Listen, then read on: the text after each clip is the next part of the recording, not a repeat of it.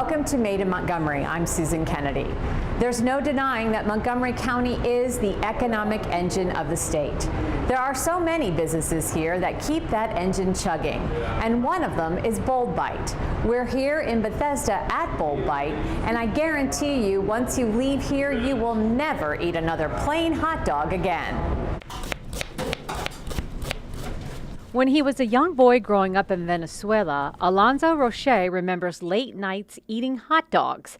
And not just a hot dog with mustard and ketchup, but a hot dog piled with all kinds of crazy toppings. I don't know, from Parmesan cheese to potato sticks to, all these different cabbage and guacamole and all these things. So we started thinking, well, kind of remembering what we used to eat when we were kids, why not do a hot dog place? Bold Bite is located right in downtown Bethesda. It's Roche's first crack at running a restaurant. Work brought Roche and his brother Alvaro here to the United States. Alonzo produced television shows in Miami for several years, including a travel program featuring Modern Family's Sofia Vergara.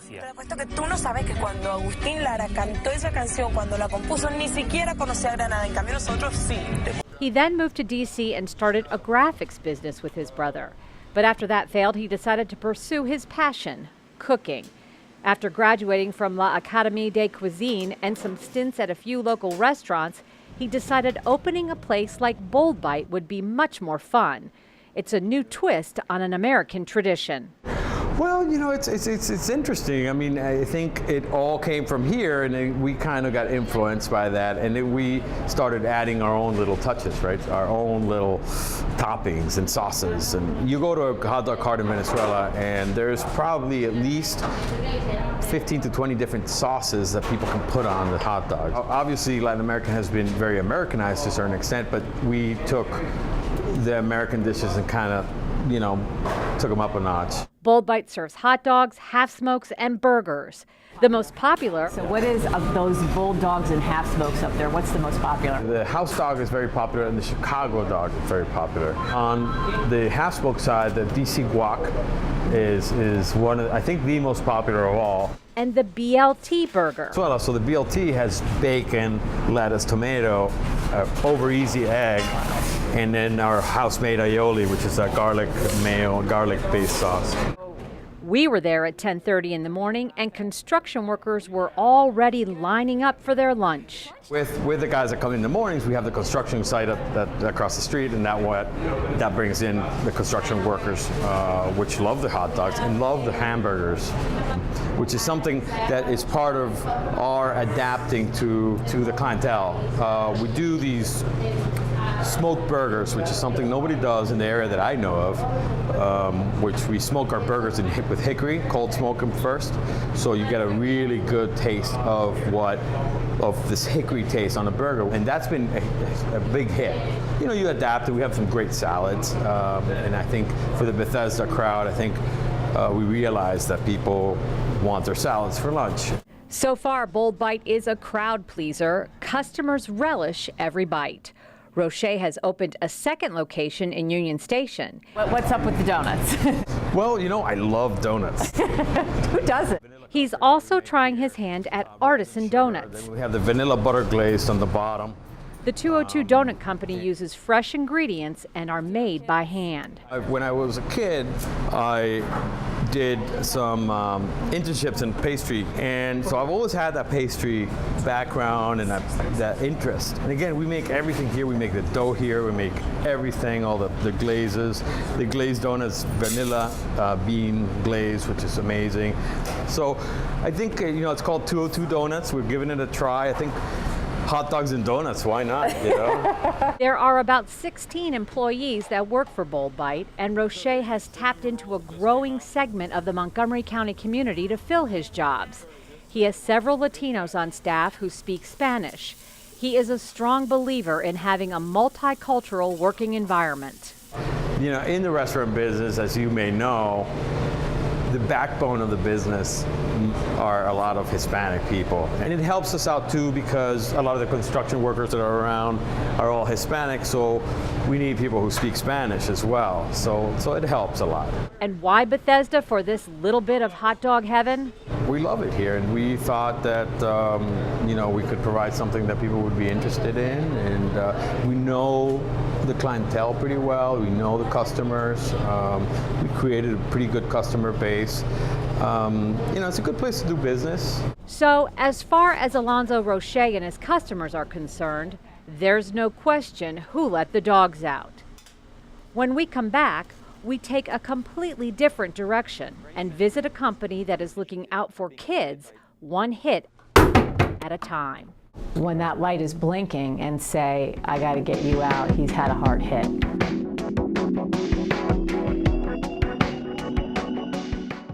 Montgomery County wants to thank everyone for their commitment to recycling. We're recycling 57% of our waste, and we know you'll work with us to reduce waste and recycle even more, 70% by 2020. To protect the environment and save valuable natural resources for the future, we need to recycle all of our paper, cans, bottles, containers, scrap metal, and more. Because if you don't get serious about recycling at work now, it's going to come back and bite us.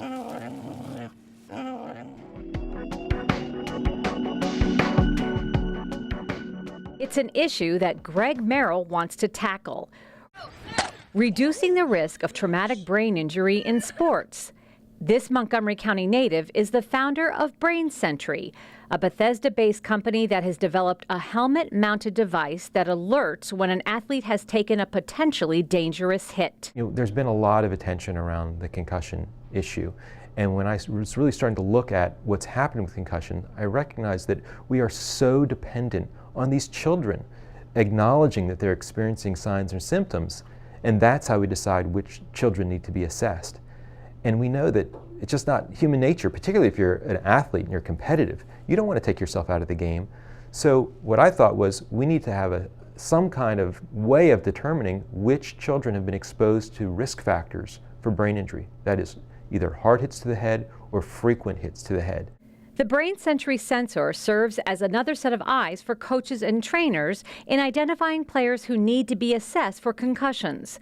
The sensor attaches to the back of the helmet, and when an athlete takes a hit strong enough to cause a concussion, a red light illuminates. The red light comes on. Doesn't mean the child has a concussion. It's not a diagnostic tool. It's saying the child has been exposed to a risk factor for brain injury. And so now a child with that red light on the back of their helmet needs to be observed to see if they have any signs or symptoms of a brain injury. The red light on the sidelines can be reset with a simple push of the button. Brain Sentry is Merrill's third startup company. First, this graduate of Richard Montgomery High School and McDaniel College started a company that specialized in computer-based training for surgeries. He sold that business and walked away with $12 million. He then went on to develop technology to get kids to be physically active while playing video games.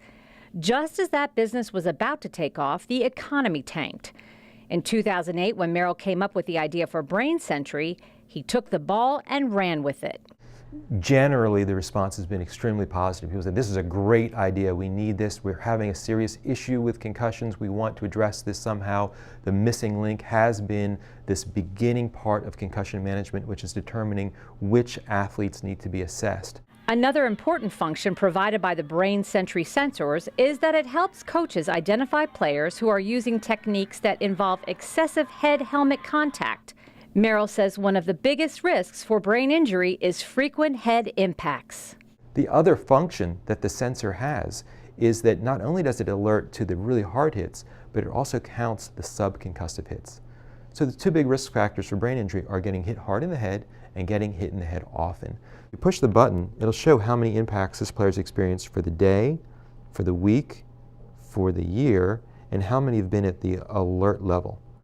And we can see that if a child has an unusually high number of subconcussive hits relative to their peers in similar positions on the field, maybe the coach needs to spend a little bit more time working with that child to get them not to be using their head so much while they're tackling or blocking or hitting. More than 50% of brain trauma in football happens during practice, and Merrill says that it's the second impact that can be fatal. I understand that there are some inspirations here at Brain Century that you guys pass by every day. On the wall at the offices of Brain Century are pictures of athletes who have died as a result of a concussion. Children on this wall have all been severely injured or have been killed when they played after they'd already been experienced a concussion. One of those pictures belongs to Derek Sheely. We've become friends with the Sheelys from Montgomery County. Derek Sheely was at Frostburg playing football and experienced a second impact, which he never recovered from. It's young athletes' reluctance to self-report after getting hit that makes Merrill's device so marketable. He says the number of deaths from sports-related head trauma are on the rise, pointing to the possibility that kids are staying in the game when they should be on the sidelines. The kids know that if they admit that they're experiencing a sign or a symptom of concussion, they know they're out. So they're less likely to acknowledge it, and that puts them at more risk for injury. And I think that might be why in 2014 and in 2013, we saw the greatest number of deaths from second impacts playing football than in the previous history. Every one of these tragedies, we hope that in success, Brain Century will slow down or stop the placement of these children on this wall. It's only been 1 year since the sensors hit the market, and already there are tens of thousands of them in use. They cost about $75 each and are powered by 2 lithium batteries that last 1 year. The company is small, just 7 employees, and it is just on the cusp of making a profit. I believe Brain Century is going to be a home run hit, and I'm doing everything I can to make it go personally, putting in whatever resources I can. We're also very fortunate to be in Montgomery County, Maryland, where the Montgomery County Department of Economic Development has helped us out with grants. The state of Maryland has also helped us out with financing through the Invest Maryland program and through other programs at TEDCO through economic development. So we're very fortunate to be here in Montgomery County, Maryland. We want to thank both Brain Century and Bold Bite for giving us the chance to learn more about their business. That does it for this edition of Maine and Montgomery. For County Cable Montgomery, I'm Susan Kennedy. Thanks for watching.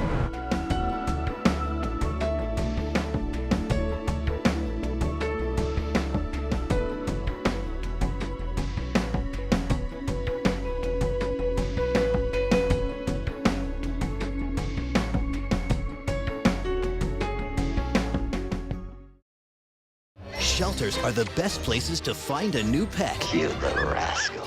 That's where you'll discover healthy, loyal, and loving animals. Oh, ladies first. Eager to become a part of your family. To find out more, visit theshelterpetproject.org. All right, I know this isn't any fun to talk about, but we should. Okay, so who's gonna do what? I'll pack the dead batteries. Great. I'll only put what I don't need into a duffel bag. Perfect. That's totally unhelpful. No problem. Meanwhile, I will try to comfort everyone by speaking in a calm voice. And I'll try to get the generator going without any gas. Oh, let's not forget the cell phones, which probably won't work. Right. And who is going to handle supplies? I can forget to do a list for us. Thanks, pal. Well, I think we couldn't be any less prepared. I'm proud of you guys. Talk to your kids about who to call, where to meet, what to pack. Visit ready.gov/kids for tips and information. All right, you ready for some baseball trivia? Let's do it. What year produced the most no-hit games in the big leagues? 7 no-hitters in 1990. Wow, that's right. Now a question that's not trivial. How many children will witness bullying this year? Huh. The answer? 3 out of 4. 75%? That's wow. right. How many of them will say something? Kids want to help, but don't know how. Teach them how to stop bullying and be more than a bystander at stopbullying.gov.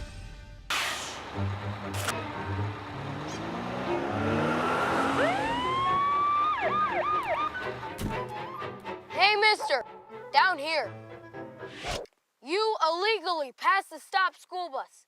I'm placing you in timeout, and this timeout means big fines. Plus, you really could have hurt somebody. That's why school buses are being equipped with video cameras to help kids like me stay safe. So respect the bus.